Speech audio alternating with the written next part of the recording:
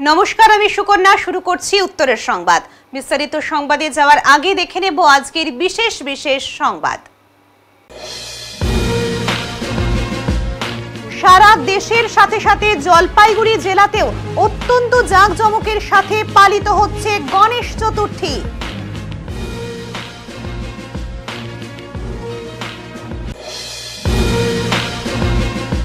খড়িবাড়ির Indo Nepal সীমান্তে ফের গ্রেপ্তার বাংলাদেশি নাগরিক। অবৈধভাবে ভারতে বসবাসের অভিযোগে এসএসবি আটক করে পুলিশের হাতে তুলে দিল অভিযুক্তকে।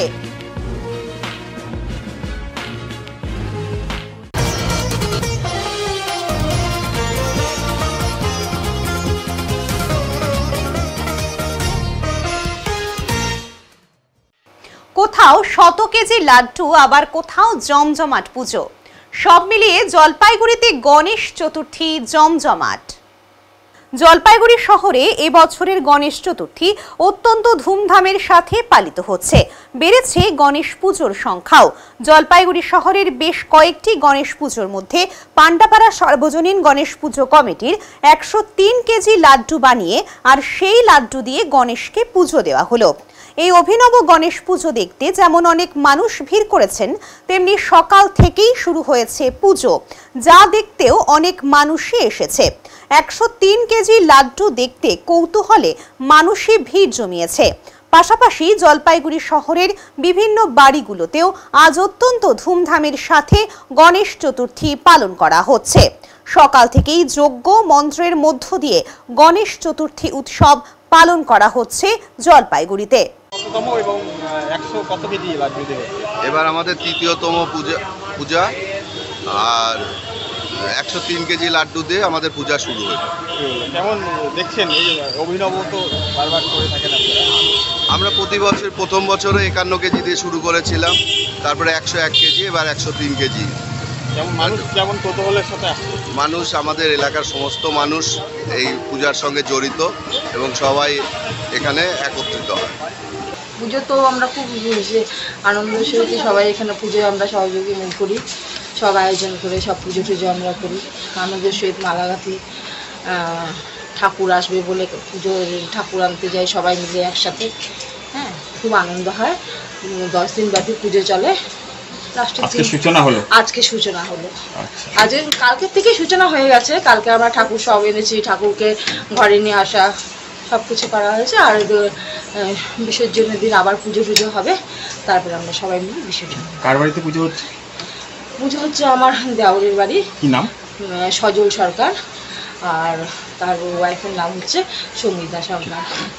ভূপতি গ্রুপের গণেশ পুজো এবছর 7তম বছরে পদার্পণ করলো। আজ গণেশ চতুর্থী পুজো।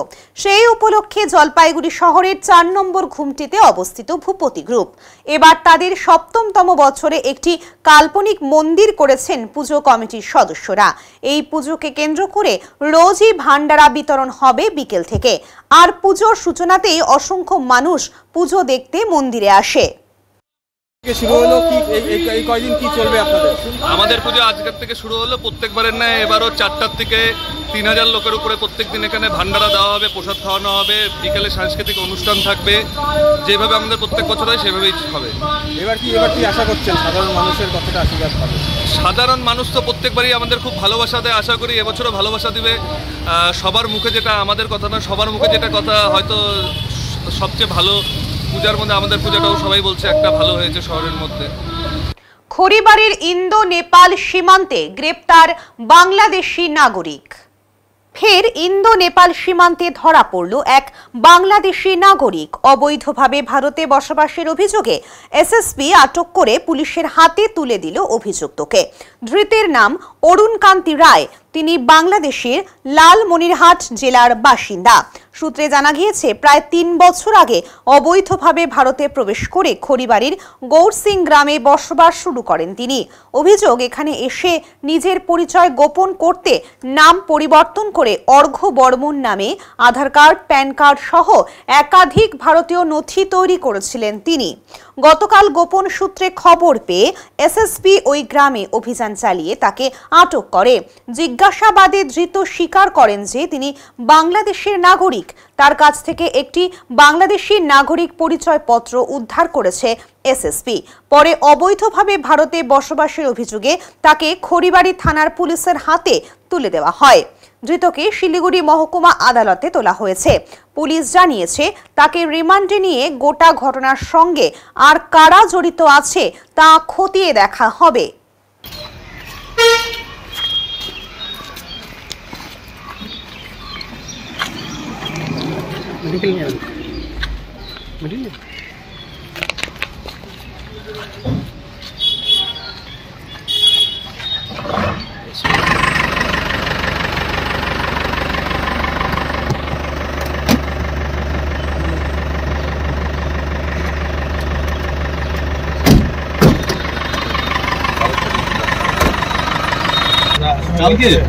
কালকে আমি যাইনি তো, ছিল না তো আমার। আর আপনি খালি যা লাগাইছেন। স্বপনদার হয় লাস্টে সাজেন গেছে, স্বপনদার ডিউটিটা ওকে করতে বলছে।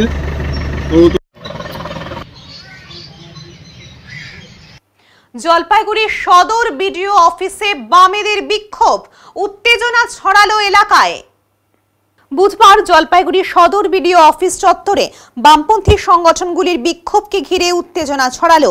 এদিন বামপন্থী শ্রমিক, কৃষক, ক্ষেতমজুর এবং বস্তি সংগঠনের কর্মীরা একাধিক দাবিকে কেন্দ্র করে মিছিল বের করেন। মিছিলটি সদর বিডিও অফিসের সামনে পৌঁছালে পুলিশ লোহার ব্যারিকেড বসিয়ে আন্দোলনকারীদের আটকানোর চেষ্টা করে, কিন্তু কর্মীরা ব্যারিকেড সরিয়ে দিয়ে বিডিও অফিস চত্বরে প্রবেশ করেন এবং সেখানে বিক্ষোভে সামিল হয়। এই ঘটনায় কিছুক্ষণ উত্তেজনা ছড়িয়ে পড়ে এলাকায়।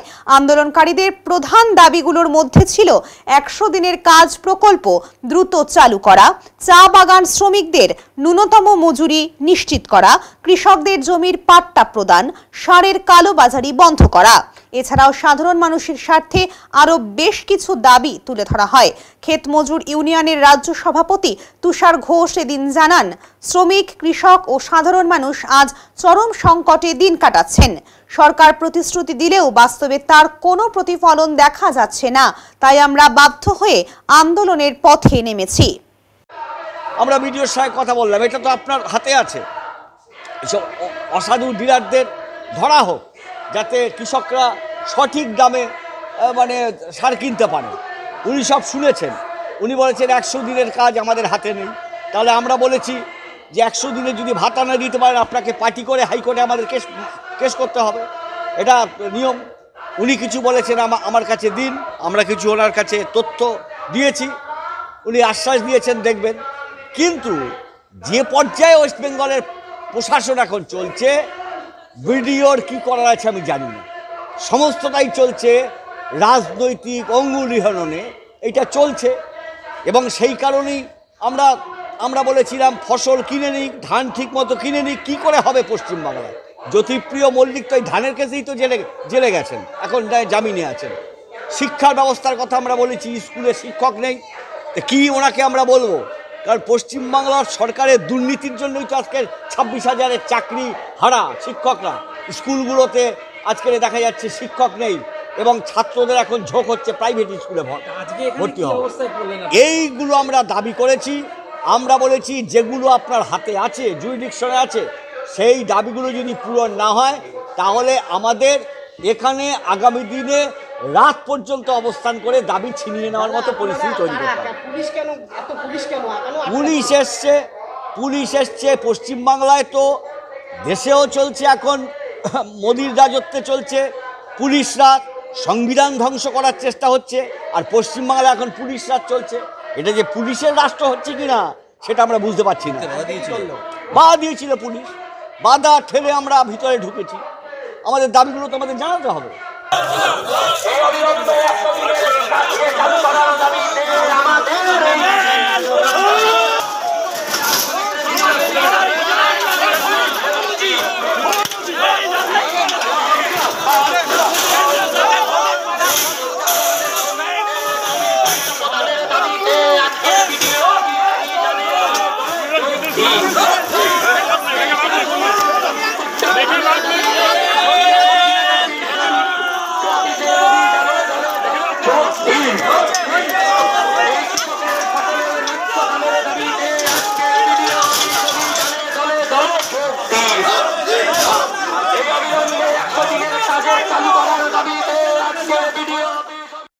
নবারুণ সংঘ ক্লাবের এবারের থিম রামনাথ স্বামী মন্দির।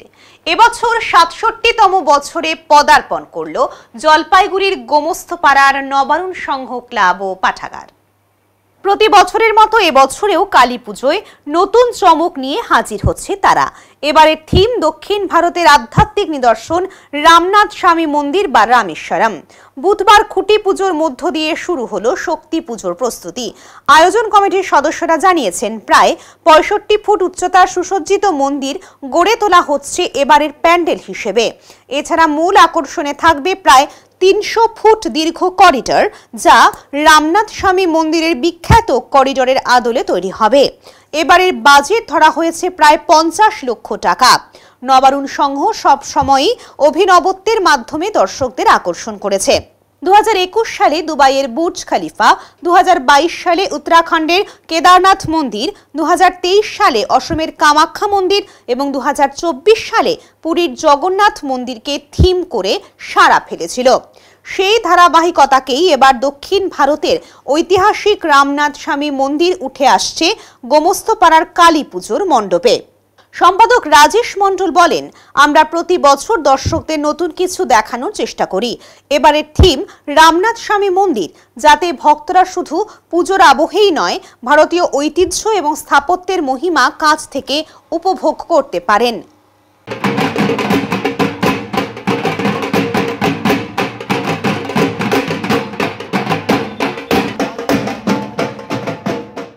আমাদের ৬৭তম শ্যামা পুজো, শক্তি পুজো 2025। এবছর যে পুজো হবে তার খুঁটি পুজো আজকে আমাদের অনুষ্ঠিত হচ্ছে। সেটা কীভাবে একটা বিশাল আড়ম্বর বলতে হচ্ছে, আপনারা জানেন নবারুণ সংঘ বিগত 4 বছর থেকে উত্তরবঙ্গের অন্যতম একটা পূজা করে আসছে। তো ধীরে ধীরে মানুষের যেমন আমাদের উপরে একটা প্রত্যাশা জেগেছে, আমরাও চেষ্টা করছি আপ্রাণ সেটাকে পূর্ণ করার। যতটা আমাদের দ্বারা যতটা সম্ভব আমরা ততটা চেষ্টা করি জলপাইগুড়িবাসী তথা উত্তরবঙ্গবাসীর সামনে তুলে ধরতে। থিম রয়েছে এবছর? থিম রয়েছে এবার আমাদের সাউথ ইন্ডিয়ার রামনাথ স্বামী টেম্পল, যেটা তামিলনাড়ুর রামেশ্বরমে অবস্থিত, 4 ধামের 1 ধাম। বাজেট কি রয়েছে? বাজেট দেখুন, আমরা তো পুজো কোনো ডেকোরেটরকে দিয়ে করি না, আপনারা সকলেই জানেন। আমাদের পুজো কিন্তু আমাদের মেম্বাররা এবং আমাদের লোকাল যে সমস্ত কাঠমিস্ত্রি বলুন, রাজমিস্ত্রি বলুন, আর্টিস্ট বলুন, তারা সবাই মিলে আমরা কাজটা করি। তো এটার কোনো বাজেট বলে কোনো জায়গা নেই। তো মোটামুটি আনুমানিক আমরা ধরে নিচ্ছি 50 লক্ষ টাকা বাজেট ধরা হয়েছে, হয়তো একটু ক্রস করে যাবে শেষ পর্যন্ত গেলে।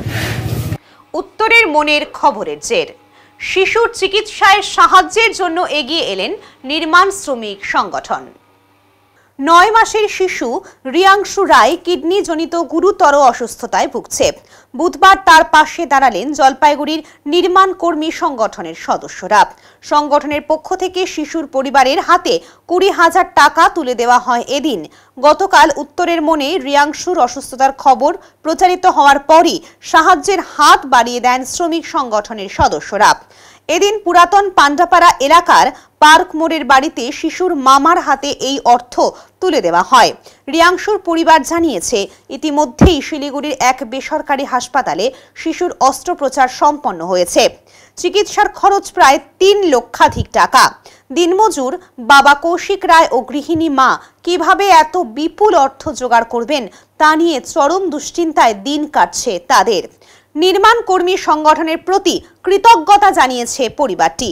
পরিবারের আবেদন, সবার ছোট্ট একটু সহযোগিতাই আমাদের রিয়াংশুর জীবন বাঁচাতে পারে। পরিবারের সঙ্গে যোগাযোগের নম্বর 7001346734।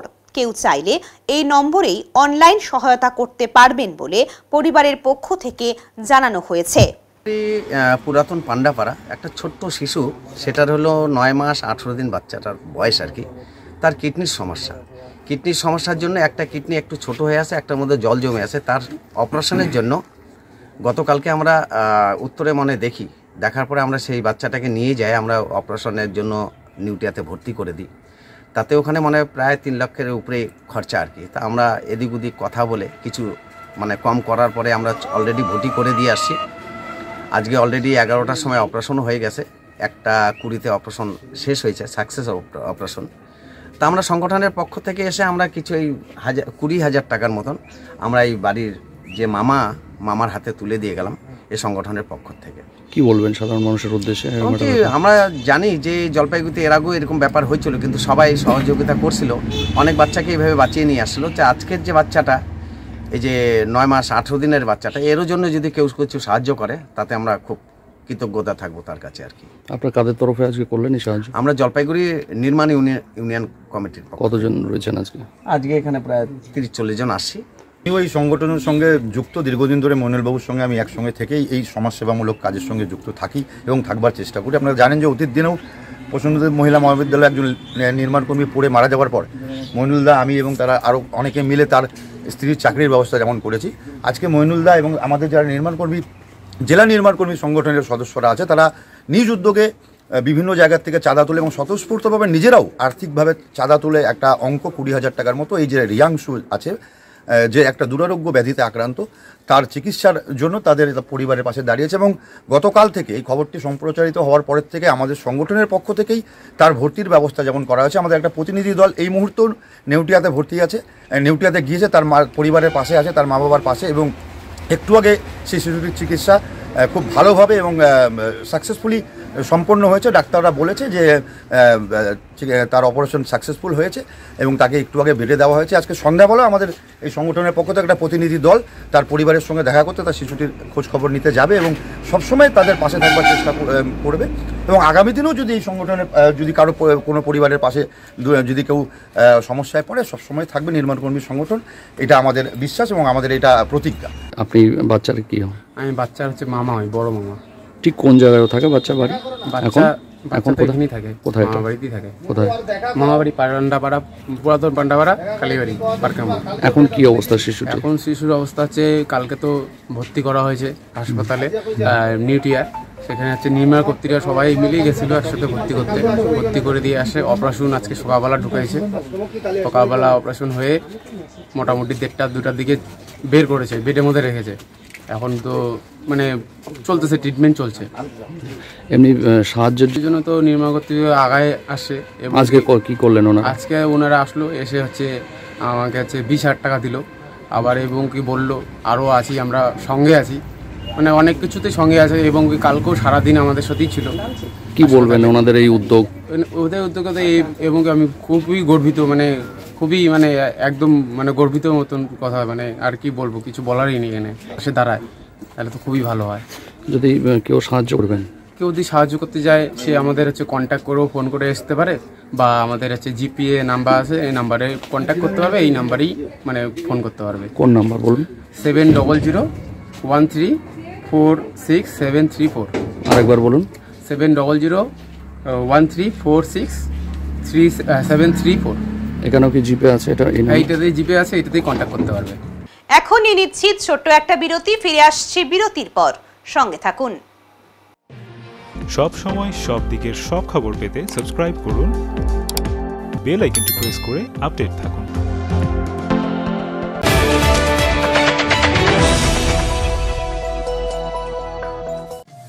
শহরের থানা মোড়ে দীর্ঘ 15 বছর ধরে নয়ন অপটিক্যাল জলপাইগুড়িবাসীকে দুজন বিশিষ্ট চিকিৎসকদের দ্বারা চোখের চিকিৎসা পরিষেবা দিয়ে চলেছে প্রতিনিয়ত।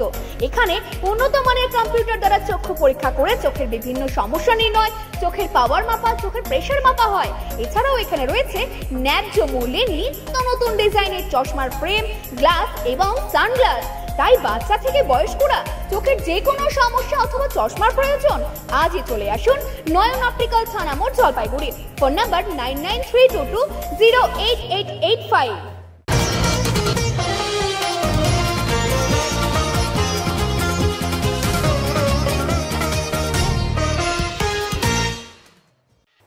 আজ গণেশ পুজো।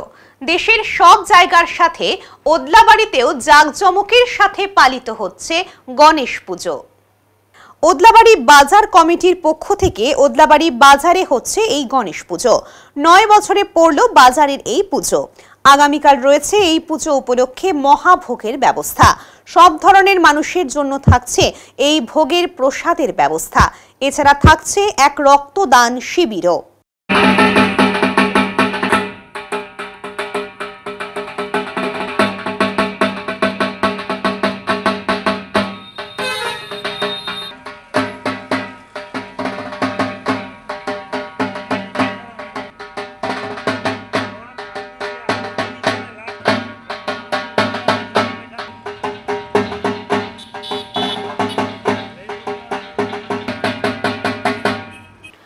চিতাবাঘ খাঁচাবন্দি, স্বস্তিতে মানাবাড়ি চা বাগান।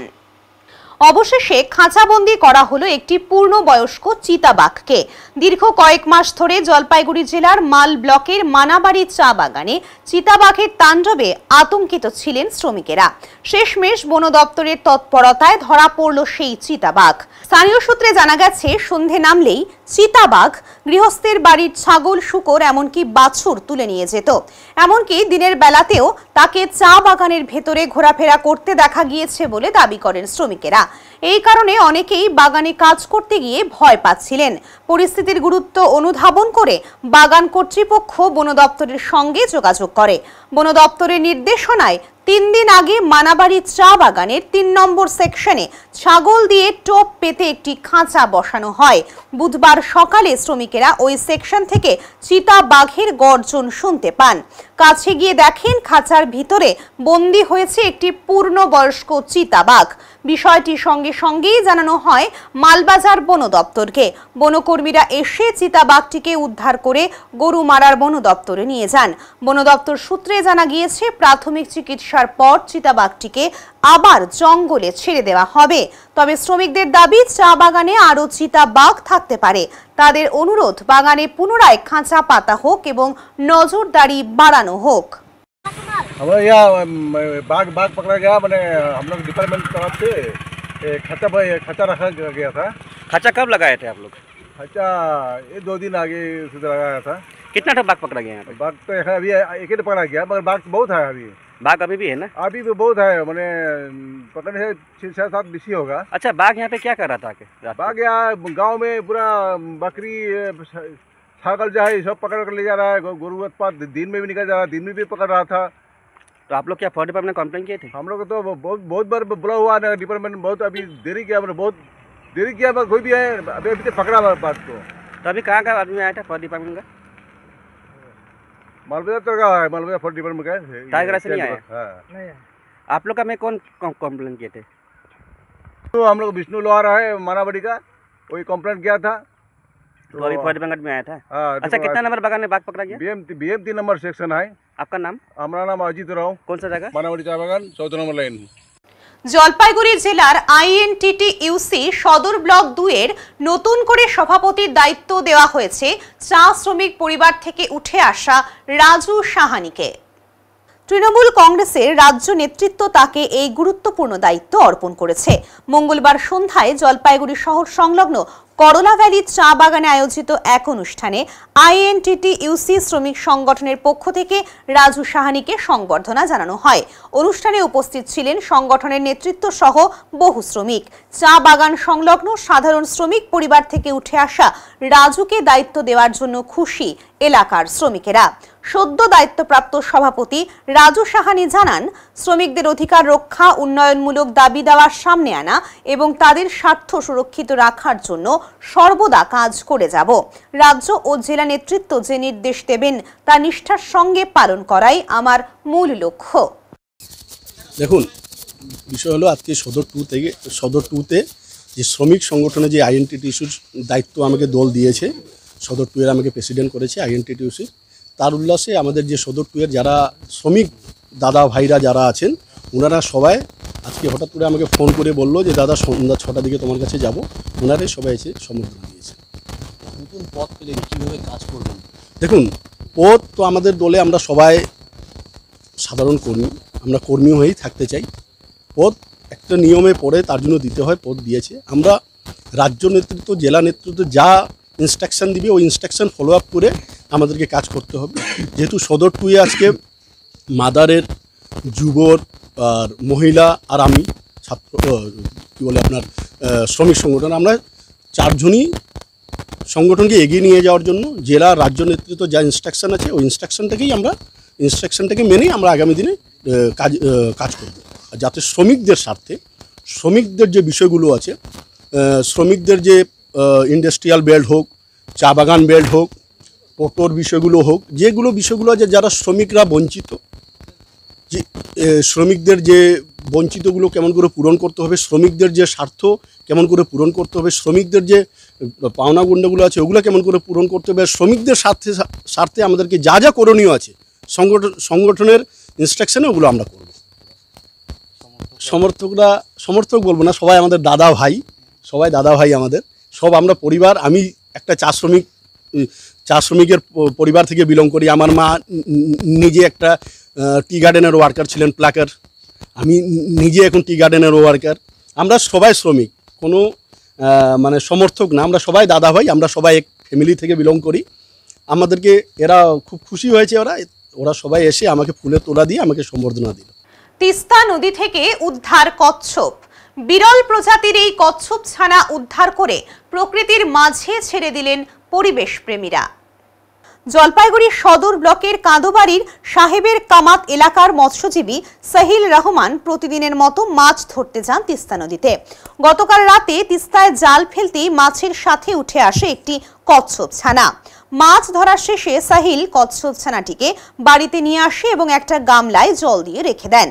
সকাল হতেই সাহিল যোগাযোগ করেন পরিবেশ প্রেমী স্বেচ্ছাসেবী সংস্থা গ্রিন জলপাইগুড়ির সঙ্গে। খবর পেয়ে গ্রিন জলপাইগুড়ি স্বেচ্ছাসেবী সংস্থার সম্পাদক অঙ্কুর দাস, সভাপতি বিনোদ আগরওয়াল ও হিসাব রক্ষক সফিকুল কবির পৌঁছে যান সাহেবের কামাত এলাকার মৎস্যজীবী সাহিলের বাড়িতে।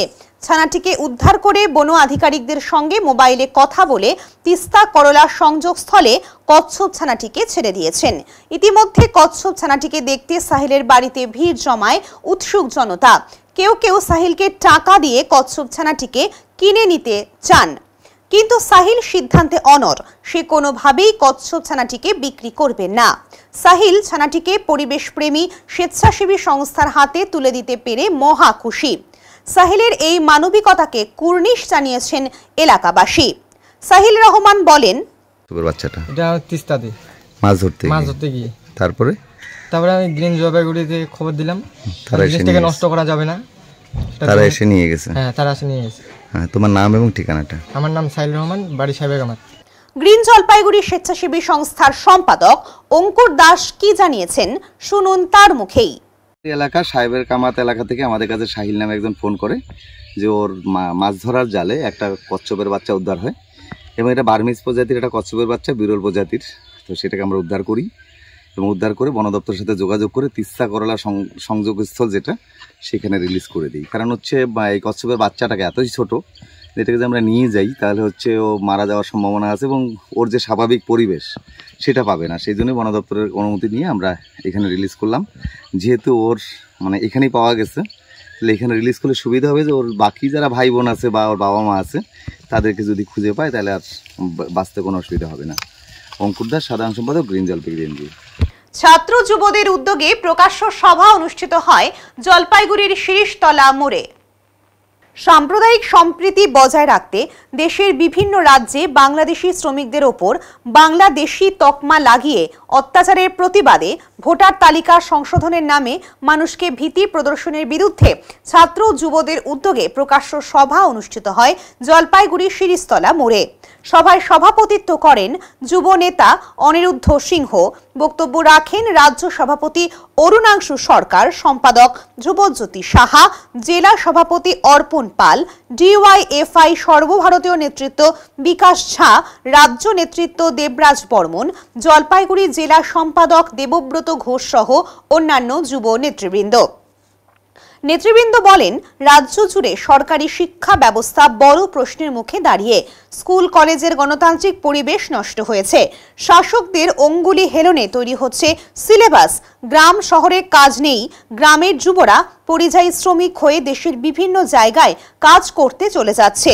শিক্ষিত ছেলেমেয়েরা সরকারি চাকরি না পেয়ে প্রাইভেটে কাজের সাথে যুক্ত হচ্ছে। সেখানে তাদের কাজের সময়, মজুরি সবকিছু নির্ধারিত হচ্ছে মালিক পক্ষের নিয়ন্ত্রণে। রাজ্যের বাম জামানায় গড়ে ওঠা আইটি সেক্টরে এক শ্রেণীর উচ্চশিক্ষিত যুবক যুবতীরা কাজ করছেন, কিন্তু সেখানেও কাজ হারানোর আশঙ্কায় প্রতিদিন কাজে যাচ্ছেন আইটি সেক্টরের কর্মীরা। রাজ্যে নতুন কলকারখানা গড়ে ওঠেনি। বিভিন্ন আইটি ফার্ম রাজ্য ছেড়ে চলে যাচ্ছে। রাজ্যে শুধু আরজি কর না, প্রতিদিনই নারীদের ওপর আক্রমণ, কোনো সন্ত্রাসের ঘটনা ঘটছে। রাজ্যের মুখ্যমন্ত্রী মহিলা, অথচ নারী নির্যাতনে পশ্চিমবঙ্গ এখন প্রথম সারিতে। এর বিরুদ্ধে লড়াইয়ে অগ্রণী ভূমিকা নিচ্ছে যুবরা। পাড়ি দিলে দেশের সংস্কৃতি বদলে যায়। যে দেশে কয়েক কিলোমিটার পাড়ি দিলে বিবাহের অনুষ্ঠান বদলে যায়। যে দেশে মানুষের কাজের পরিবেশ পরিস্থিতি ভৌগোলিক অবস্থানের পরিবর্তন ঘটে যায়, আকাশ পাতাল তফাৎ ঘটে যায়। আসলে এটাই আমাদের দেশের শক্তি। আমাদের দেশে 1000-এর বেশি মানুষ আছেন যাদের ভাষা ভিন্নতা আছে, বিভিন্ন জনগোষ্ঠী। এই যে আমাদের রাজ্যের উত্তর অংশ, এখানের জেলাগুলি, বিভিন্ন মানুষ, তার জনগোষ্ঠী, তাদের ভাষা, তাদের নিজস্ব সংস্কৃতি, তার ঐতিহ্য, এইটা আমাদের দেশের শক্তি। কিন্তু আমাদের দেশে বর্তমানে আমাদের দেশের শাসক তারা মানুষকে ভাগ করতে যায় শুধু ধর্মের নামে নয়, জাতির নামে, ভাষার নামে। একটু আগে আমাদের যিনি বক্তব্য রাখছিলেন শুরুতে বললেন যে বাংলা ভাষী শ্রমিক তারা যারা বিভিন্ন রাজ্যে কাজ করতে যাচ্ছে তাদের ওপর আক্রমণ। আসলে সত্য কথাটা কি যে পশ্চিম বাংলায় কাজের পরিবেশ নেই, সারা ভারতবর্ষে কাজের পরিবেশ নেই। এখন বিজেপি বা তৃণমূল পরিসংখ্যান দিয়ে বলতে পারে যে প্রত্যেকেই কিছু না কিছু তো কাজ করছে, ঠিক, প্রত্যেকে নিজের পেট চালানোর জন্য, নিজের সংসার প্রতিপালনের জন্য কোনো না কোনো কাজ তাকে বেছে নিতে হচ্ছে। কিন্তু আসলে কাজের স্থায়িত্ব নেই। আমাদের দেশের সরকার কয়েকদিন আগে সংসদে একটা বিল পেশ করেছে, মোটা কথায় সেটা শ্রম কোড, কিন্তু আসলে আইনে কি আছে? অন্য ধরনের মিনি দুর্গা জলপাইগুড়ি ছেড়ে পাড়ি দিচ্ছে বিদেশেও। এই মিনি দুর্গা 8 ইঞ্চির। এই মিনি দুর্গা বাড়িয়ে তাক লাগালেন জলপাইগুড়ির দেবাশিস। জলপাইগুড়ি শহরতলির রাখাল দেবীর বাসিন্দা দেবাশিস ঝা আবারও তাক লাগালেন তার শিল্পকর্মে। পেশায় পুরোহিত হলেও শৈশব থেকে প্রতিমা গড়ার নেশা তাকে আলাদা পরিচিতি দিয়েছে। এবারে তিনি তৈরি করেছেন মাত্র 8 ইঞ্চি দৈর্ঘ্যের এক মিনি দুর্গা। ইতিমধ্যেই জলপাইগুড়ির এক গৃহস্থের বাড়িতে সেটি যাচ্ছে ইন্টেরিয়ার ডেকোরেশনের জন্য। এবছর এখনো পর্যন্ত তিনি বানিয়েছেন 5 থেকে 10 ইঞ্চি দৈর্ঘ্যের 4টি মিনি দুর্গা। বারোয়ারি ক্লাবের পাশাপাশি দেশ বিদেশেও তার প্রতিমা পৌঁছে গিয়েছে। নেপাল, রাজস্থান, মহীশূর থেকে শুরু করে বর্ধমান ও শিলিগুড়ি সব জায়গায় তার শিল্পকর্মের ছাপ। স্থানীয় বহু দুর্গাপুজোর মণ্ডপেও দেবাশিসের মিনি দুর্গা আলাদা আকর্ষণ। মাটি, পোয়াল, বাঁশ, কাঠ দিয়ে যেমন বড় প্রতিমা গড়া হয়, সেই একই প্রক্রিয়াতেই তিনি তৈরি করেন মিনি দুর্গা। তবে এখানেই শেষ নয়, অলংকার ও সাজসজ্জা বাজারে মেলে না, তাই সরস্বতী পুজোর পর থেকেই দেবাশিস ঝা নিজেই অলংকার বানানো শুরু করেন। প্রতিমার রঙে সহযোগিতা করেন স্ত্রী বেবি ঝা। ফলে এক একটি মিনি দুর্গা হয়ে ওঠে একেবারে নিখুঁত শিল্পকর্ম। 5 ইঞ্চি থেকে 25 ইঞ্চির মিনি দুর্গার দাম 3500 টাকা থেকে শুরু হয়ে 15,000 টাকা পর্যন্ত পৌঁছে যায়। দেবাশিসের কথায় শুধু পুজোর জন্য নয়, অনেকেই ঘরের সৌন্দর্য বা নিত্য পুজোর জন্য মিনি দুর্গা চান। চাহিদা প্রতি বছরই বাড়ছে। জলপাইগুড়ির মধ্যে আছে, বাকি 3টার এখনো খবর আসে নাই, মহলার পরে আশা করি আসবে। একটা আসাম পার্টি খবর করতেছে, দেখে কি হয়। কিরকম সাইজের বানিয়েছেন? 8 ইঞ্চি থেকে 10 ইঞ্চি সাইজ। 10 ইঞ্চি। 8 ইঞ্চিটা কোথায় যাচ্ছে? জলপাইগুড়ি।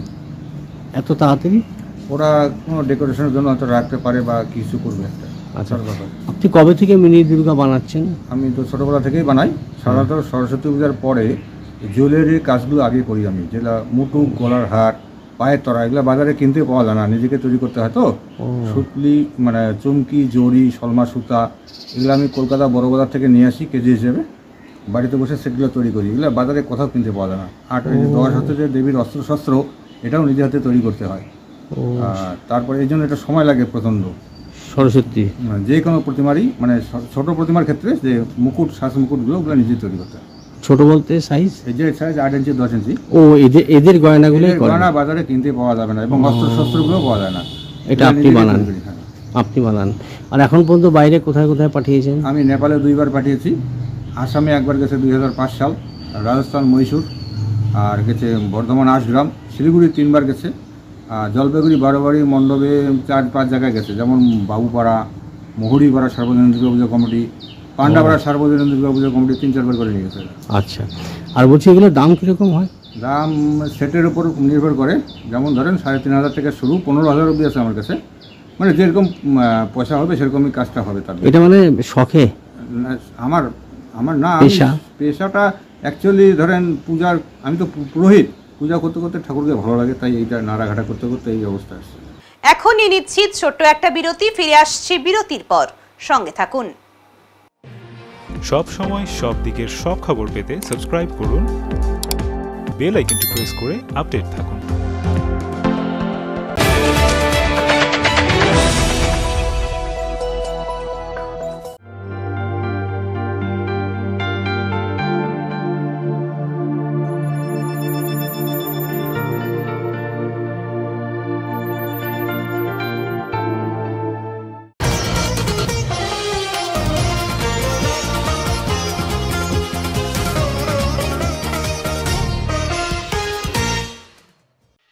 সম্প্রতি এনজিপি রেল কোয়ার্টারে চুরি যাওয়া সোনা ও রূপোর অলংকার উদ্ধারের পাশাপাশি 2 যুবককে গ্রেপ্তার করল এনজিপি থানার পুলিশ। এই ঘটনায় 2 অভিযুক্ত বর্তমানে পুলিশের জালে। গত 13 জুলাই ভোর রাত্রে নিউ জলপাইগুড়ি থানার অন্তর্গত সেন্ট্রাল কলোনির নেতাজি ক্লাবের সামনে চাঞ্চল্যকর একটি চুরির ঘটনা ঘটে। বাড়ির লোকের অভিযোগ, সেই রাতে বাড়ির সকল সদস্যদের উপর নেশার ওষুধ স্প্রে করে সকলকে অচেতন করে চুরির ঘটনা ঘটায় চোরের দল। ঘরের আলমারির লকার ভেঙে সোনার গয়না সহ বহু মূল্যবান সামগ্রী নিয়ে গিয়ে চম্পট দেয় চোর। খবর পাওয়া মাত্রই নিউ জলপাইগুড়ি থানার পুলিশ ঘটনাস্থলে পৌঁছে তদন্ত শুরু করে। তদন্তের প্রায় 1 মাস 10 দিন পর সঞ্জয় মণ্ডল নামে একজনকে গ্রেপ্তার করতে সমর্থ হয় পুলিশ। তাকে আদালতে পাঠিয়ে আবার পুলিশ রিমান্ডে নিয়ে তাকে জিজ্ঞাসাবাদের পর নন্দু তির্কি নামের আরেক যুবককে গ্রেপ্তার করে পুলিশ। তার কাছ থেকেই চুরি যাওয়া কিছু সোনা ও রূপোর অলংকার উদ্ধার করে এনজিপি থানার সাদা পোশাকের পুলিশ।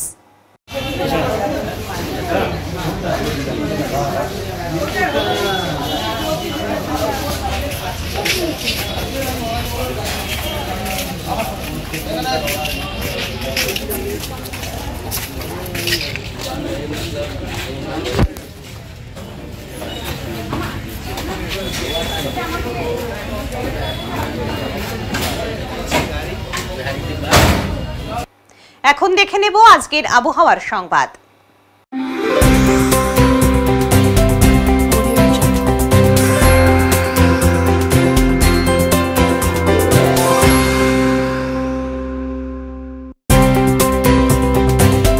কেন্দ্রীয় আবহাওয়া দপ্তরের জলপাইগুড়ি কেন্দ্র থেকে পাওয়া তথ্য অনুযায়ী বুধবার দিনের সর্বোচ্চ তাপমাত্রা ছিল 33 ডিগ্রি সেলসিয়াস ও সর্বনিম্ন তাপমাত্রা ছিল 26.7 ডিগ্রি সেলসিয়াস। গত 24 ঘন্টায় কোনো বৃষ্টিপাত হয়নি। শেষ করবার আগে আজকের বিশেষ বিশেষ সংবাদ আরো একবার। সারা দেশের সাথে সাথে জলপাইগুড়ি জেলাতেও অত্যন্ত জাঁকজমকের সাথে পালিত হচ্ছে গণেশ চতুর্থী।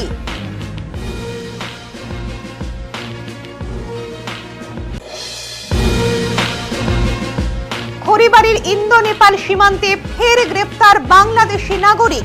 অবৈধভাবে ভারতে বসবাসের অভিযোগে এসএসবি আটক করে পুলিশের হাতে তুলে দিল অভিযুক্তকে।